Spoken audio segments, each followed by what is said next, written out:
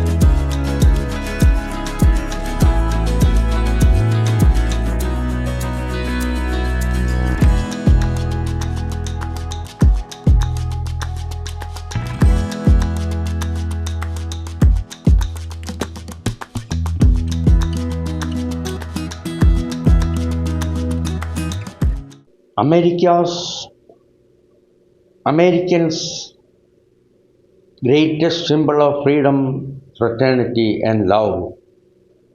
That is the Statue of Liberty. American ജനതയുടെ സ്വാതന്ത്ര്യത്തിൻ്റെയും സാഹോദര്യത്തിൻ്റെയും സ്നേഹത്തിൻ്റെയും ഉജ്ജ്വല പ്രതീകമാണ് statue of liberty.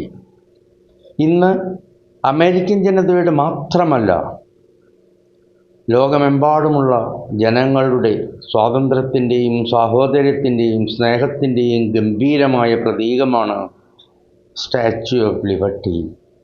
Liberty enlightening the world അഥവാ lady of liberty. ഈ പ്രതിമ, ഈ ശില്പം സ്ഥിതി ചെയ്യുന്നത് അമേരിക്കൻ ഐക്യനാടുകളിലെ ന്യൂയോർക്ക് തുറമുഖത്തിലെ ലിബർട്ടി ദ്വീപിലാണ്. 93 മീറ്റർ ഉയരമുണ്ട് ഈ പ്രതിമയ്ക്ക്. അമേരിക്ക അടിമത്തം നിരോധിച്ചതിൻ്റെ സമ്മാനമായി ഏകദേശം 40 ലക്ഷം അടിമകളെ സ്വതന്ത്രമാക്കിയതിൻ്റെ പേരിൽ, മനുഷ്യത്വത്തെ ബഹുമാനിച്ചതിൻ്റെ പേരിൽ ഫ്രാൻസ് അമേരിക്കയ്ക്ക് നൽകിയ ഗംഭീരമായ സമ്മാനമാണ് സ്റ്റാച്യു ഓഫ് ലിബർട്ടി, സ്വാതന്ത്ര്യത്തിൻ്റെ ഈ പ്രതിമ. ഒന്നുകൂടി ആവർത്തിക്കട്ടെ, അമേരിക്കയുടേത് മാത്രമല്ല, ലോകമെമ്പാടുമുള്ള ജനങ്ങളുടെ സ്വാതന്ത്ര്യത്തിൻ്റെ സാഹോദര്യത്തിൻ്റെ പ്രതീകമാണ് statue of liberty. Professor Edward Edwin നെബുലെ, മനുഷ്യ സ്വാതന്ത്ര്യത്തിനു വേണ്ടി ഏറ്റവും അധികം പ്രയത്നിച്ച മനുഷ്യസ്നേഹി. പ്രൊഫസർ നെബുലെ, അദ്ദേഹത്തിന് തോന്നിയ ആശയമാണിത്. അടിമത്തം നിരോധിച്ചതിലൂടെ മനുഷ്യത്വത്തെ ഏറ്റവും അധികം ആദരിച്ച അമേരിക്കയ്ക്ക് ഒരു ഗംഭീര സമ്മാനം നൽകണമെന്ന്. അദ്ദേഹം അത് തൻ്റെ കൂട്ടുകാരോടും ബന്ധപ്പെട്ടവരുമായി ഈ ആശയം പങ്കിട്ടു. പൊതുവെ ഇത് എല്ലാവർക്കും സ്വീകാര്യമായിരുന്നു.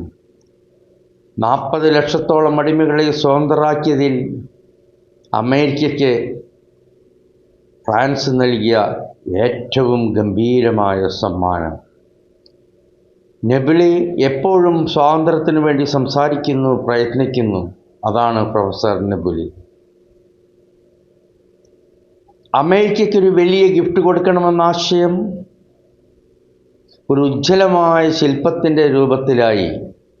അങ്ങനെ ഫ്രെഡറിക് അഗസ്റ്റേ ബർത്തോൾഡി ഈ ശില്പത്തിന് രൂപകൽപ്പന കൊടുത്തു. അദ്ദേഹം, ഫ്രെഡറിക് ഏറ്റവും നല്ലൊരു ശില്പിയാണ്. അദ്ദേഹമാണ് ഇതിന് രൂപകൽപ്പന കൊടുത്തത്.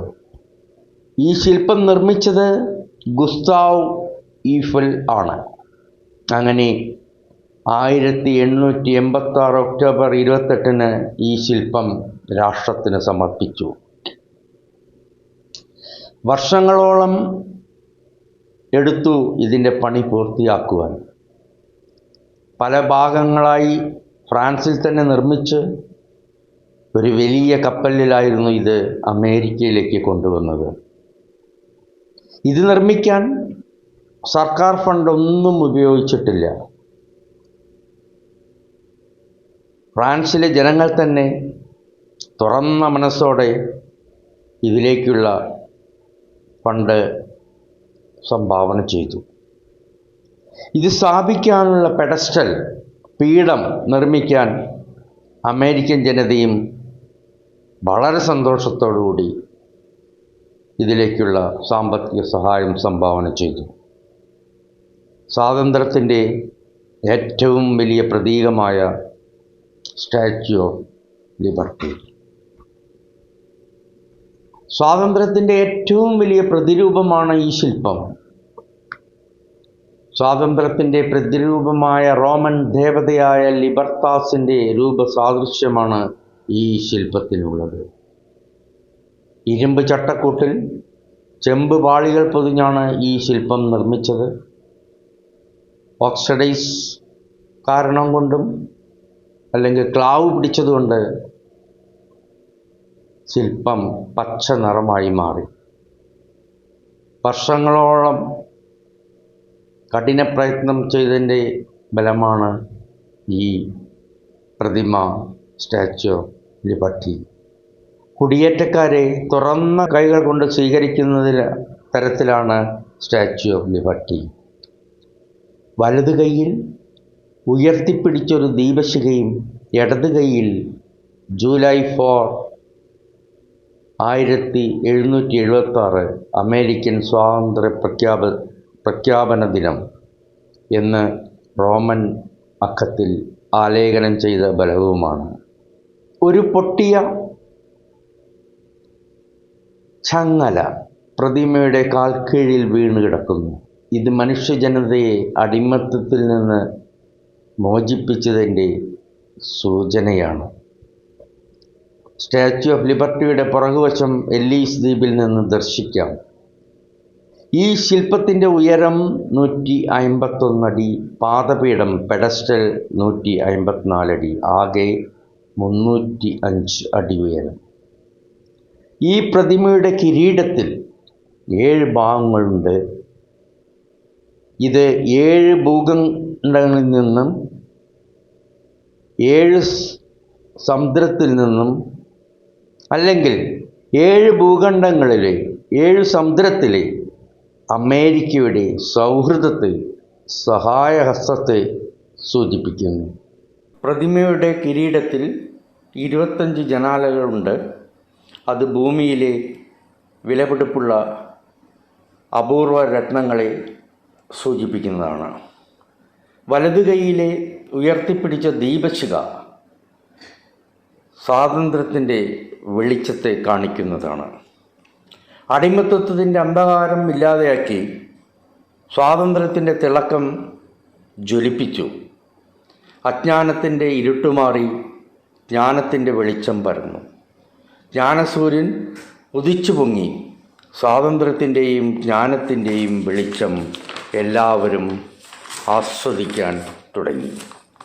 ഇടത് കൈയിലെ ഫലകം അമേരിക്കൻ സ്വാതന്ത്ര്യ ദിന പ്രഖ്യാപനത്തിൻ്റെ തീയതി ആലേഖനം ചെയ്തതാണ്.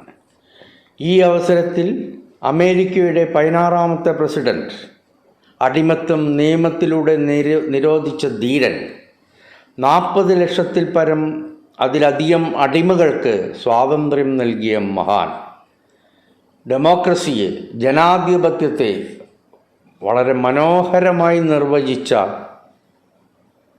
ഏറ്റവും വലിയ ധീരൻ. Democracy is for the people, by the people and for the people. ഇതാണ് അദ്ദേഹം ഡെമോക്രസിക്ക് നിർവചനം കൊടുത്തത്. ഈ മഹാനാണ്, ഈ ധീരനാണ് അമേരിക്കയുടെ 16ാമത്തെ പ്രസിഡൻ്റായിട്ടുള്ള ദി ഗ്രേറ്റ് അബ്രഹാം ലിങ്കൺ. മഹാനായ അബ്രഹാം ലിങ്കൺ. അദ്ദേഹത്തിൻ്റെ വാക്കുകൾ, ഫ്രീഡം അല്ലെങ്കിൽ ലിബർട്ടിയെപ്പറ്റി അദ്ദേഹത്തിൻ്റെ വാക്കുകൾ നമുക്ക് ഈ അവസരത്തിൽ ഒന്ന് ശ്രദ്ധിക്കാം. Those who deny freedom to others deserve it not for themselves, and under a just God cannot retain it.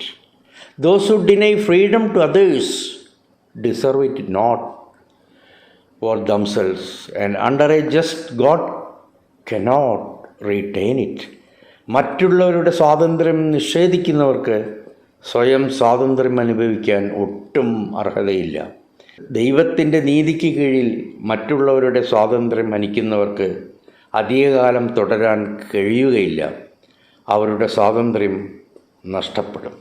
നമുക്കൊന്നുകൂടി ഓർമ്മിക്കാം, സ്റ്റാച്യു ഓഫ് ലിബർട്ടി അത്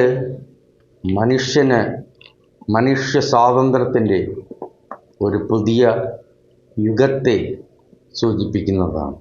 മനുഷ്യ സാഹോദര്യത്തിൻ്റെ, മനുഷ്യ സ്നേഹത്തിൻ്റെ, മനുഷ്യ സ്വാതന്ത്ര്യത്തിൻ്റെ ഒരു പുതുയുഗം കുറിക്കുന്ന, ഒരു പുതുയുഗം കാണിച്ചു തരുന്ന മനോഹരമായ, ഗംഭീരമായ ശില്പമാണ് ദി സ്റ്റാച്യു ഓഫ് ലിബർട്ടി.